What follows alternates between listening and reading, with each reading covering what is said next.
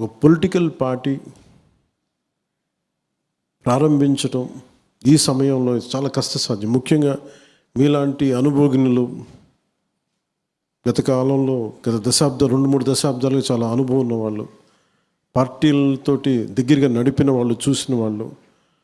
అలాంటిది జనసేన పార్టీ ఎలా నడపగలిగాం? From no seat to 1 seat, from 1 seat to 100% strike rate. ఇది ఎలా రాగలిగాం? ఓకే, మనం ఏదో అనుకుంటాం కాదు, but it is discussed and highlighted in the parliament. Janasena విజయం భారతదేశపు రాజకీయ చరిత్రలో ఒక బలమైన పాఠం. అది పొద్దున కూడా మాట్లాడుతూ ఒక మాట అన్నాను.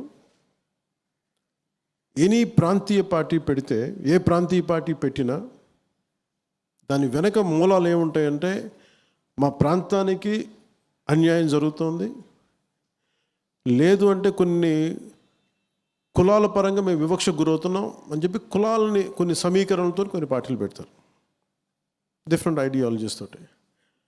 జనసేన ఒక్కటే భారతదేశంలో రీజనల్ పార్టీగా ప్రారంభమైన దాని వెనక నేషనల్ ఒక ఐడియలిస్టిక్ ఒక ఆలోచన విధానం ఉంది. దీని వెనక ఒక ఐడియాలజీ ఉంది బలంగా.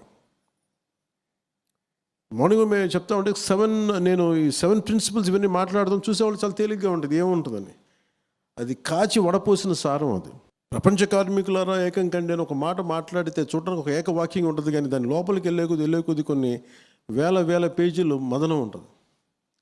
అలాగే జనసేన పెట్టిన 7 సిద్ధాంతాలు వెనక చాలా స్పష్టంగా, చాలా క్లియర్గా మేము ఆలోచించిన విధానం ఉంది.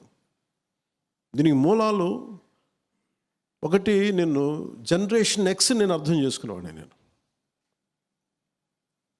వాళ్ళ 80sలో పుట్టిన జనరేషన్, వాళ్ళ తాలూకు భావాలు, వాళ్ళ తాలూకు మనోభావాలు అర్థం చేసుకొని 2008లో అప్పుడు రాజకీయ ప్రస్థానాన్ని ప్రారంభించినప్పుడు జెండాలు పట్టుకున్న వాళ్ళందరూ ఇక్కడే ఉన్నారు. కొంతమంది తెలంగాణ నుంచి ఉన్నారు, కొంతమంది ఆంధ్ర నుంచి ఉన్నారు. వాళ్ళ మనోభావాలకి నేను ఎలా మాట్లాడితే, వాళ్ళకి కొంత ఐడియాలజీ ఉంది, కొంత ఎదగాలి నాయకత్వంలో ఉంది, కానీ ఏం చేయాలో తెలియదు. ఆవేశం అయితే ఉంది. ఆవేశానికి నేను ఒక రూపకల్పన చేశాను. ఎందుకంటే భావాన్ని కులంతో కట్టిపడేయటం కొద్ది రోజులు కట్టిపడేయగలం, మతంతో కొద్ది రోజులు, ప్రాంతంతో కొద్ది రోజులు. కానీ ఒక బలమైన ఐడియాలజీ కనుక పట్టుకుంటే ఆ భావంతో కట్టిపెడతాం. డబ్బులతోటి, మనకంటే డబ్బున్న వాళ్ళు చాలామంది ఉన్నారు ఇక్కడ. 1000 కోట్లు ఉన్నవాడు రాజకీయ పార్టీని ప్రారంభించలేడు. డబ్బున్నంత మాత్రాన్ని పార్టీని నడపలేరు, పేరున్నంత మాత్రాన్ని పార్టీని నడపలేరు. మరి ఏది నడుపుద్ది పార్టీని అంటే, you have to have a very committed ideology. ఏదో పుస్తకాలు రాసేస్తే సరిపోదు. కూర్చొని చాలామంది మేధావులు పుస్తకాలు రాశారు, కానీ నువ్వు ప్రతిపాదించిన సిద్ధాంతాన్ని నువ్వు బతకగలిగితే, బతకటమే కాదు దాని సత్ఫలితాలు రాజకీయంగా చూపించగలిగితే, అది చాలామందికి అది ఒక ప్రేరణ అవుతుంది. మేము ప్రారంభించింది అది ఒక 15 సంవత్సరాల క్రితం. మేము ప్రారంభించినప్పుడు దాంట్లో చాలామంది యూత్ వింగ్తో, అప్పుడు రాజకీయ యూత్ వింగ్తో స్టార్ట్ చేసినప్పుడు ఏవైతే భావజాలాలు ఉన్నాయో ఆ టైంలో మాట్లాడుకున్నవన్నీ దానిని ఒక ప్రాపర్ ఒక ఫ్రేమ్వర్క్లో చేసి 7 సిద్ధాంతాలు ప్రతిపాదించినప్పుడు వీడికి ఐడియాలజీ తెలియదన్నారు. నేను మాట్లాడడం చాలా ఇంటిగ్రేటెడ్ ఐడియాలజీ. ఒక కంపెనీ నడపలేనప్పుడు 5-6 కంపెనీలు కలుస్తాయి, అమాల్గమేషన్. లేదంటే కార్పొరేట్స్ విలీనం అవుతాయి.